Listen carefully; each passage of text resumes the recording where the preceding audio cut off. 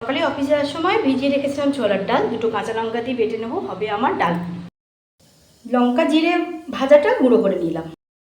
হিং আর নুন অ্যাড করার পর এবার আমি এর মধ্যে দিয়ে দিলাম আমার একটু গুঁড়ো করে রাখা চিনি আর ওই যে জিরে আর লঙ্কাটা ভেজে রেখেছিলাম, গুঁড়ো করে নিয়েছিলাম, সেটাও এর মধ্যে দিয়ে দেবো, যাতে পুরটা খেতে একটু মিষ্টি মিষ্টিও হয়, ঝাল ঝালও হয়, আর জিরে ভাজার একটা সুন্দর গন্ধ যেন পুরের মধ্যে থাকে।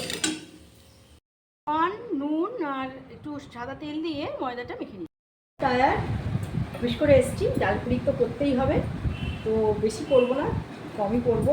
কাকু আবার তালের বড়া নিয়ে এসছে, তো এইভাবে জাস্ট মোমোর মতন তোমরা ভেতরে ভরে দিয়ে, এই দেখো এটা একটা পুঁটুলির মতন করতে হবে, হ্যাঁ, পুঁটুলির মতন করে এইভাবে চেপে দিতে হবে, দিয়ে এবারে আমাকে বেলতে হবে।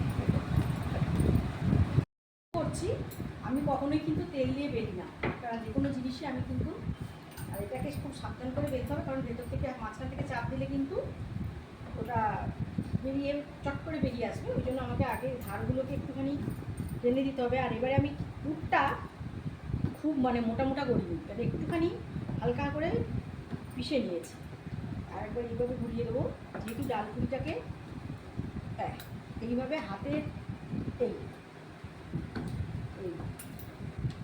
এইভাবে বেলে দিতে হবে, আবার ভাজলে দেখা।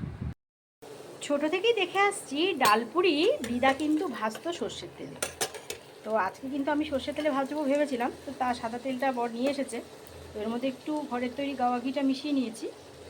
মিশিয়ে নেওয়ার জন্য এই যে আমি গাওয়া ঘি একটু এর সঙ্গে মিশিয়ে নিয়েছি, এটা আজকেই করলাম, সর্ষের তেলের মতন কালারটা হয়েছে। একটু গাওয়া ঘি মিশিয়েছি, সর্ষের তেল আর দিইনি, সাদা তেলই দিয়ে দিয়েছি। তো আমার ডালপুরিগুলো পরপর আমি ভেজে নিচ্ছি।